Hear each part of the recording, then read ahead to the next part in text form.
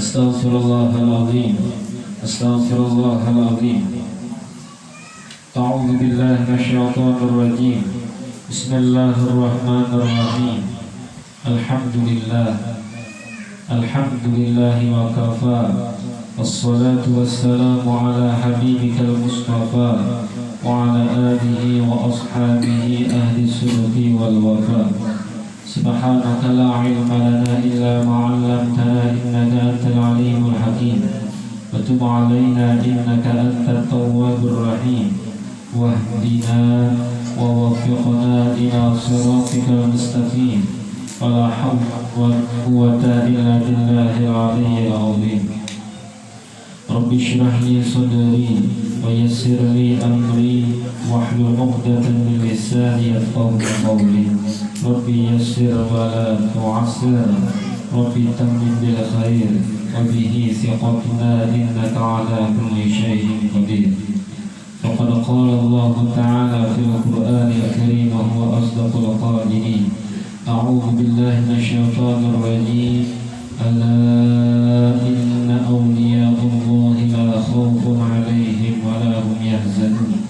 Faqad qala an-nabiy sallallahu alaihi wasallam asyaddun nas bala'an al-anbiya thumma al-awliya thumma al-amthal fal-amthal. Atau kama qala Rasulullah sallallahu alaihi wasallam. Sadaqallahul azim wa sadaqan nabiyyuhu wa rasuluhul karim. Wa nahnu ala dzalika minasy syahidin wasyakirin. Alhamdulillahi rabbil alamin. Alhamdulillah wa syukurillah. Sama-sama kita ucapkan dan kita haturkan kepada Allah Subhanahu wa ta'ala, karena mana berkat limpahan curahan rahmat kasih sayang daripada Allah Subhanahu wa ta'ala, baik itu hidayah maupun taufiknya yang telah Ia berikan kepada kita bersama-sama, sehingga dapat berkumpul bersilaturahim di tempat Pak Barkati. Kita doakan beliau mudah-mudahan sehat walafiat, dihindarkan daripada bala musibah dan diangkat semua penyakit beliau. Amin ya rabbal alamin. Kemudian daripada itu, salawat serta salam selalu dan senantiasa tercurahkan kepada junjungan kita, panutan kita, suri tauladan kita, idola dan ikutan kita, baginda Nabi besar Muhammad sallallahu alaihi wasallam beserta keluarganya, para kerabat-kerabatnya, para sahabat-sahabatnya, serta para pengikut-pengikutnya dari dulu sekarang ila yaumil qiyamah. Seperti biasa kita awali dengan manaqib rutin Ummul Mukminin Sayyidah Khadijah Al-Kubra radhiyallahu anha, dilanjutkan dengan sedikit manaqib Datuk Kalampaya Syekh Muhammad Arsyad Syekh Abdullah Al-Banjari, dan uraian singkat tentang fikih pada kitab Sabinatul Najah. Wallahu a'lam bishawab. Kemudian ambil berkah berikutnya, kita kenal sejarah Datuk Kalampaya.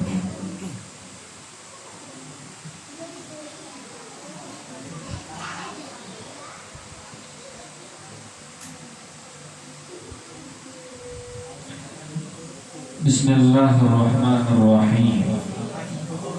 Syekh Muhammad Arsyad adalah yang ayahnya bernama Abdullah dan ibunya bernama Aminah. Beliau dilahirkan pada malam Kamis 15 Safar 1122 Hijriah, bertepatan 19 Maret 1710 Masehi atau Miladiyah, pada pukul 3 subuh di kampung Loggabang. Syekh Muhammad Arsyad ketika kecilnya bernama Ja'far, adalah anak tertua dari 5 bersaudara. Adapun anak Abdullah dengan Siti Aminah adalah 1 Haji Muhammad Arsyad, 2 Haji Zainal Abidin, 3 Abidin, 4 Diam Panamah, 5 Nurmin. Ayah beliau yang bernama Abdullah bin Abu Bakar Al-Hindi bukan asli orang Banjar, tapi beliau datang dari India dan menetap tinggal di Lombok sampai akhir hayat beliau. Dan juga ayah beliau ini mempunyai keahlian dalam seni ukir kayu, yang beliau termasuk orang yang dikasihi Sultan pada masa itu. Dalam usia balita, Syekh Muhammad Arsyad bin Abdullah Al-Banjari ini sudah terlihat keistimewaan dan kecerdasannya, sehingga Sultan pada waktu itu sangat perhatian terhadap beliau dan ingin membawa ke istana untuk tinggal bersama Sultan dan belajar kepada guru-guru agama di istana. Dalam usia lebih kurang 7 tahun, Syekh Muhammad Arsyad bin Abdullah Al-Banjari dibawa ke istana Sultan dan berpisah kepada kedua orang tuanya semata-mata karena belajar. Begitu tinggi himmah, kesungguhan beliau untuk belajar ilmu agama, sehingga rela melepaskan kesenangan bersama kedua orang tuanya. Hal itu tentu tidak terlepas dari doa kedua orang tuanya yang sejak beliau di kandungan di dalam rahim ibu beliau, kedua orang tuanya selalu mendoakan beliau agar menjadi anak yang alim lagi zuhud. Selama beberapa tahun menuntut ilmu di istana, beliau belum juga merasa puas akan ilmu yang dituntut beliau, sehingga beliau masih ingin menuntut ilmu ke Mekah dan Madinah. Maka beliau minta izin kepada Sultan agar beliau bisa menuntut ilmu lebih banyak lagi. Dengan izin Sultan dan keikhlasan istri Sultan yang sedang hamil, rela melepaskan beliau pergi ke tanah suci Mekah untuk mengaji kepada ulama-ulama di Mekah dan di Madinah. Lebih kurang 30 tahun di Mekah dan 5 tahun di Madinah, serta 25 kali mengerjakan ibadah haji, serta 35 pelajaran ilmu yang beliau kuasai, dan berbagai ijazah dan sarana ilmu yang diterima langsung dari guru-guru beliau. Banyak guru-guru dan ulama-ulama besar pada saat itu menjadi guru beliau. Di antara guru-guru Syekh Arsyad Al-Banjari yang masyhur adalah: 1. Syekh Athaillah bin Ahmad Makkah, 2. Syekh Muhammad bin Sulaiman Al-Qurbi Madinah, pengarang kitab Hawasyil Madaniyah, 3. Syekh Muhammad bin Abdul Karim As-Samman Al-Madani dalam ilmu tasawuf yang akhirnya beliau mendapatkan ijazah dengan kedudukan sebagai khalifah. Yang keempat, Syekh Ahmad bin Abdul Mun'im Ad-Damanhuri. Yang kelima, Syekh Sayyid Abdul Qayyum Muhammad Murtada Az-Zabidi. Keenam, Syekh Hasan bin Ahmad Aqish Al-Yamani. Yang ketujuh, Syekh Salim bin Abdullah Al-Basri. Kedelapan, Syekh Siddiq bin Umar Khan. Yang kesembilan, Syekh Abdullah bin Hijazi bin Asyraqali. 10, Syekh Abdul Rahman bin Abdul Aziz Al-Maghribi. 11, Sayyid Abdul Rahman bin Sulaiman Al-Ahdal. 12, Syekh Abdul Rahman bin Abdul Mubin Al-Fatani. 13, Syekh Abdul Ghani bin Muhammad Hilal. 14, Syekh Abid As-Sindi. 15, Syekh Abdul Wahab At-Tantawi. 16, Syekh Maulana Sayyid Abdullah Miragani. 17, Syekh Muhammad bin Ahmad Al-Jawahir. 18, Syekh Muhammad Zain bin Faqih Jalaluddin Aceh. Sedangkan guru khusus di bidang tasawuf adalah Sayyid Muhammad bin Abdul Karim As-Samman Al-Madani atau Syekh Samman.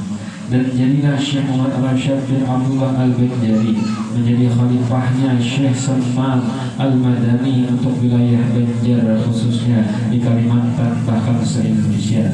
Di antara sahabat-sahabat beliau antara lain Syekh Abdul Samad bin Abdul Rahman Palembang, pengarang kitab Syiarus Salikin dan Hidayatus Salikin, Syekh Abdul Wahab Bugis, Syekh Abdul Rahman Musli dari Betawi dan lainnya. Sehingga mereka berempat ini dijuluki empat serangkai dari tanah Jawi.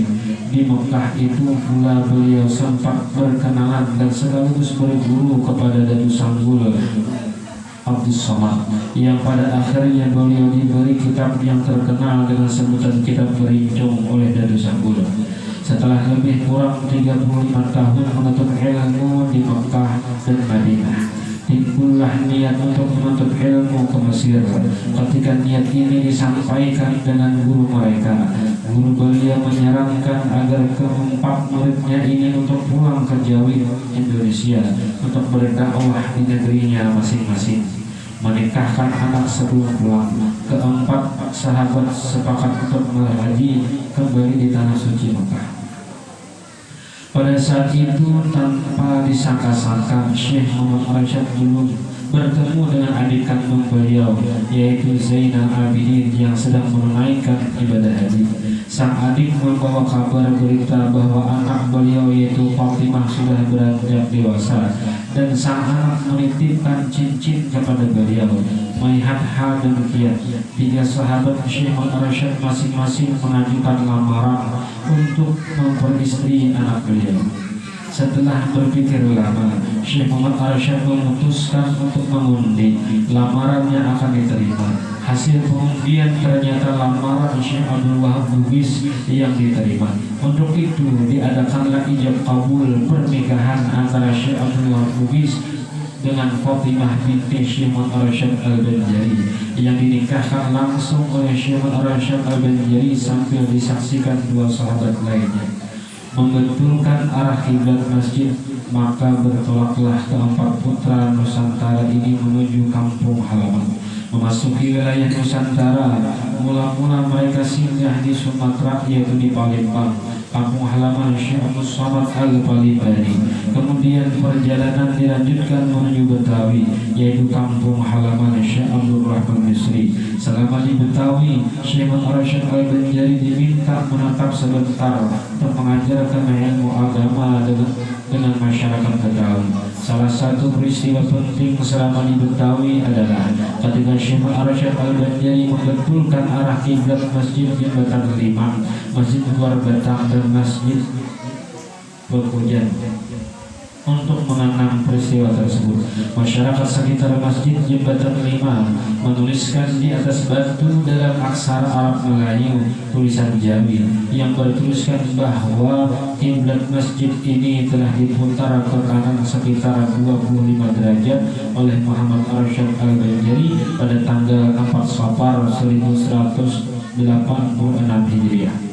Pada bulan Ramadan 1186 Hijriah bertepatan 1773 Masehi, beliau sudah ada di tanah Banjar dan langsung melaksanakan kegiatan belajar mengajar untuk membina umat, khususnya untuk cucu dalam menampakkan ajaran Ahlus Sunnah wal Jamaah. Beliau buka perkampungan untuk pelaksanaan dan beliau pusatkan pendidikan agama di kampung yang beliau bangun, yaitu kampung dalam pagar. Beliau didik anak cucu beliau, kerabat dan kaum muslimin yang datang dari berbagai penjuru yang selanjutnya diharapkan untuk dapat mengembangkan ke berbagai daerah. Setelah lama kegiatan belajar mengajar tersebut, maka beliau kirim anak didik beliau seperti anak cucu beliau, murid serta kerabat yang sudah alim-alim dalam pendidikan beliau. Beliau kirim ke berbagai daerah seperti 1. Al-Alim Al-Allamah Qadi Haji Jamaluddin bin Syekh Arsyad Al-Banjari. Beliau kirim ke negara dan mendapat zuriat yang alim-alim di sana. Yang kedua, Al-Alim Al-Allamah Mufti Jamaluddin bin Syekh Arsyad Al-Banjari. Setelah kawin di Maragapura, beliau kirim ke Marabahan, dan kawin di Marabahan melahirkan Al-Alim Al-Fadil Haji Abdul Somad Bakumpai.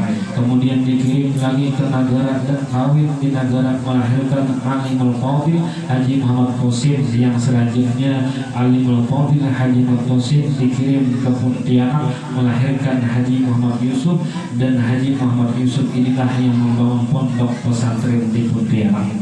Yang ketiga, Alim Al-Fadil Mufti Haji Ahmad bin Haji Abdul Latif, ipar dari Syekh Muhammad Arsyad Al-Banjari, yaitu adik dari Tuan Buat istri Syekh Muhammad Arsyad Al-Banjari, dikirim ke Brunei Darussalam. Beliau terkenal dengan sebutan Datuk Ahmad Mufti Banjar, wafat di sana dan dimakamkan dekat kampung air berseberangan dengan istana Nurul Iman Brunei Darussalam. Keempat, Alimul Fadil Haji Abu Talha bin Mufti Muhammad As'ad bin Syarifah binti Syekh Arsyad Al-Banjari, beliau dikirim ke Tenggarong, Kalimantan Timur. Yang kelima, Alimul Fadil Haji Abu Hamid bin Mufti Muhammad As'ad bin Syarifah binti Syekh Arsyad Al-Banjari, beliau dikirim ke Pontianak. Namun ketika hendak pulang ke Banjar, perahu beliau terdampar di ujung Pangandaran Sampit dan beliau sakit di sana sampai wafat dan dimakamkan di ujung Pangandaran Sampit. Keenam, Alimul Fadil Haji Sa'duddin bin Mufti Muhammad As'ad bin Syarifah binti Syekh Arsyad Al-Banjari, beliau dikirim ke Tangerang, Kandahar.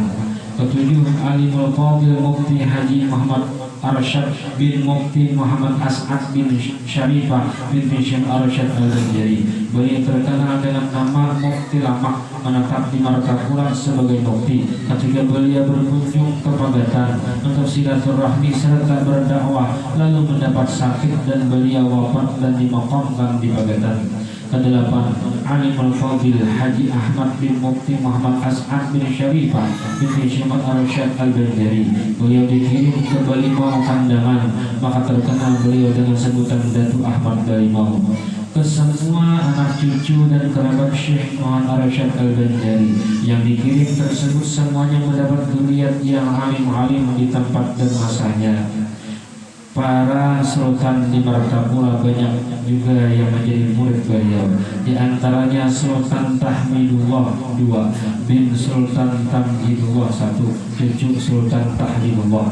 Sultan Adan Mafiq Billah banyak memetik ilmu dari anak cucu Syekh Arsyad Al-Banjari seperti Alimul Fadil Qadi Haji Abu Naim, Alimul Fadil Khalifah Syihabuddin, Alimul Fadil Mufti Jamaluddin Sungai Jingah Banjarmasin, Alimul Fadil Pangeran Ahmad Mufti, Alimul Fadil Qadi Haji Mahmud bin Asiyah, dan juga Alimul Fadil Haji Muhammad Arsyad Lamak Pagatan dan lain-lainnya. Sebahagian karamah Syekh Arsyad bin Abdullah Al-Banjari antara lain: satu, sewaktu beliau sedang mengikuti pengajian di Mekah, setelah istirahat beliau bercerita tentang buah-buahan di negeri Banjar, di antaranya buah durian yang sangat disukai oleh orang Banjar. Maka timbul keinginan orang yang mendengar untuk mencicipi buah tersebut karena pada waktu itu belum musimnya di Banjar. Tiba-tiba Syekh Arsyad Al-Banjari mengulurkan tangan beliau ke belakang dan ternyata ada sebiji durian yang masak di tangan beliau dan harum baunya. Lalu diberikanlah buah tersebut kepada guru beliau dan sahabat-sahabat yang hadir pada ketika itu. Kedua, sewaktu beliau pulang dari Mekah hendak pulang ke tanah Banjar, beliau singgah dulu ke Betawi, Jakarta. Beliau sempat membetulkan arah kiblat Masjid Jembatan 5 dengan cara mengacungkan tangan beliau ke arah orang yang di depan beliau langkah, terkecuali jemaah yang ada ketika itu karena melihat Ka'bah di celah lengan baju jubah beliau. Maka dirubahlah arah kiblat yang baru. Masjid yang beliau betulkan arah kiblatnya adalah Masjid Jembatan 5, Masjid Luar Batang, dan Masjid Pekojan.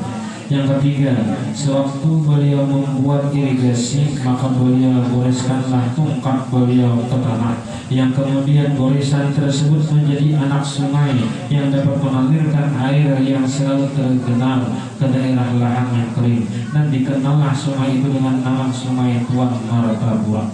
Yang keempat, ketika beliau hendak ke Banjarmasin untuk berdakwah terutama kepada ipar-ipar beliau, saudara kandung Tuan Guarnio, istri beliau, maka ipar-ipar beliau melihat beliau terbang datang dari Martapura ke Banjarmasin, sehingga takjublah mereka dan banyak yang masuk Islam kepada beliau. Yang kelima, dakwah beliau ini bukan saja di Martapura, melainkan ke seluruh penjuru Kalimantan. Di samping beliau berdakwah, beliau juga mengarang beberapa kitab, antara lain: satu, Sabilal Muhtadin, kitab fikih; yang kedua, Risalah Usuluddin, kitab tauhid; yang ketiga, Tuhfatur Raghibin, kitab tauhid; yang keempat, Kanzul Ma'rifah, tasawuf; Luqatul Ajlan, kitab fikih khusus masalah perempuan; kitab Faraid, kitab pembagian waris; Al-Qaulul Mukhtasar, kitab berisi tentang Imam Mahdi. Kitab Ilmu Falak Astronomi, Fatwa Sulaiman Qurdi, berisi fatwa-fatwa guru beliau Sulaiman Al-Qurdi. Tersebut kitabun nikah, tata cara perkawinan dalam syariat Islam. Di antara beberapa kitab tersebut, kitab yang paling terkenal adalah kitab Sabilal Muhtadin, yang sampai sekarang masih dikaji orang banyak, bukan cuma di Indonesia saja, bahkan sampai ke Malaysia, Singapura, Thailand, Filipina, Mesir, dan Turki. Kitab Sabilal Muhtadin ini yang berisikan ilmu fikih bermadhab Imam Syafi'i. Beliau wafat pada malam Selasa tanggal 6 Syawal 1227 Hijriah atau bertepatan 3 Oktober 1812 Masehi atau Miladiah, dalam usia 105 tahun, dimakamkan di Kubah Kalampayan. Beliau mempunyai 11 orang istri dan mempunyai 30 orang anak, dan sampai sekarang zuriat beliau sudah tersebar di mana-mana, khususnya di Kalimantan Selatan. Istri-istri beliau antara lain Tuan Bajud, Tuan Bidur, Tuan Nipur, Tuan Buat Niuk dari negeri Cina, Tuan Ratu Aminah, Tuan Gandarmanik, Tuan Palung, Tuan Turiah, Tuan Dai, Tuan Markidah, Tuan Liu. Syekh Arsyad Al-Banjari adalah turunan dari Sayyidina Husain, cucu Rasulullah SAW, yang mana silsilah beliau adalah sebagai berikut. Syekh Muhammad Arsyad Al-Banjari bin Abdullah bin Abu Bakar bin Sultan Abdul Rashid Mindanao, Filipina, bin Abdullah bin Abu Bakar Al-Hindi bin Ahmad As-Salabiyah bin Hussein bin Abdullah bin Syekh bin Abdullah Al-Idrus Al-Akbar bin Abu Bakar As-Sakran bin Abdul Rahman As-Sadab bin Muhammad Maula Dawila bin Ali Maula Ad-Darak bin Alwi Al-Ghuyur bin Muhammad Al-Faqih Muqaddam bin Ali Faqih Nuruddin bin Muhammad Sahib Mirbad bin Ali Khaliqul Qasam bin Alwi bin Muhammad Maula Sama'ah bin Alawi Abi Sada bin Ubaidillah bin Ahmad Al-Muhajir bin Isa Ar-Rumi bin Muhammad An-Naqib bin Ali Muraidi bin Ja'far As-Sadiq bin Muhammad Al-Baqir bin Ali Zainal Abidin bin Sayyidina Husain bin Sayyidina Ali bin Abi Thalib, suami Sayyidah Fatimah Az-Zahra binti Rasulullah sallallahu alaihi wasallam. Syekh Muhammad Arsyad bin Abdullah Al-Banjari saat di Mekah pernah mengislamkan dari golongan jin yang bernama Malkan Datu Beduk, yang mana Datu Beduk ini selalu bersama beliau di Mekah sampai-sampai beliau mau pulang ke tanah Banjar. Datu Beduk ini juga ikut beliau ke tanah Banjar. Setelah sampai di tanah Banjar, beliau mengawinkan Datu Beduk ini kepada salah seorang perempuan yang bernama Aisyah dari golongan manusia. Hasil perkawinan Datu Beduk ini mendapatkan 2 anak laki-laki, yaitu Abdul Qahar dan Abdul Qahir. Kedua anak Datu Beduk ini menjadi pelindung musalla Ar-Raudah sekumpul para taburan. Beberapa di antaranya dari Syekh Arsyad bin Abdullah Al-Banjari yang terkenal adalah 1. Datu Ali Junaid Brau, 2. Datu Landak Syekh Afif Al-Banjari, 3. Datu Safar Syekh Abdul Rahman Siddiq Tambilahan Riau, 4. Kiai Haji Zainal Helmi bin Abu Samad dalam Pagar, 5. Kiai Haji Muhammad Syahrani Arif, 6. Syekh Syarwani bin Haji Abdan Berbangil, 7. Kiai Haji Muhammad Zaini bin Abdul Ghani Al-Banjari, dan masih banyak lagi zuriat beliau yang tersebar di berbagai daerah. Terakhir kita membaca kitab Sabilul Najah. Dan Allah Ta'ala mengampuni dosa-dosa kita, kedua orang tua kita, keluarga kita, jiran, tetangga kita, dan kaum muslimat. Dan mudah-mudahan Allah Subhanahu Wa Ta'ala berikan rezeki yang luas, yang halal, yang berbuahnya, kabul hajat dunia akhirat datang. Dan mudah-mudahan pula Allah Subhanahu Wa Ta'ala memanjangkan umur usia kita berdatang, kekeluargaan, sehat walafiat serta barakah, dan hindar daripada bala musibah, malapetaka, COVID-19, penyakit-penyakit yang lainnya. Dan mudah-mudahan keadaan keluarga husnul khotimah, berjumpa berkumpul dengan Nabi besar Muhammad sallallahu alaihi wasallam ala tilka dunia wa hadratin Nabi wa alin Nabi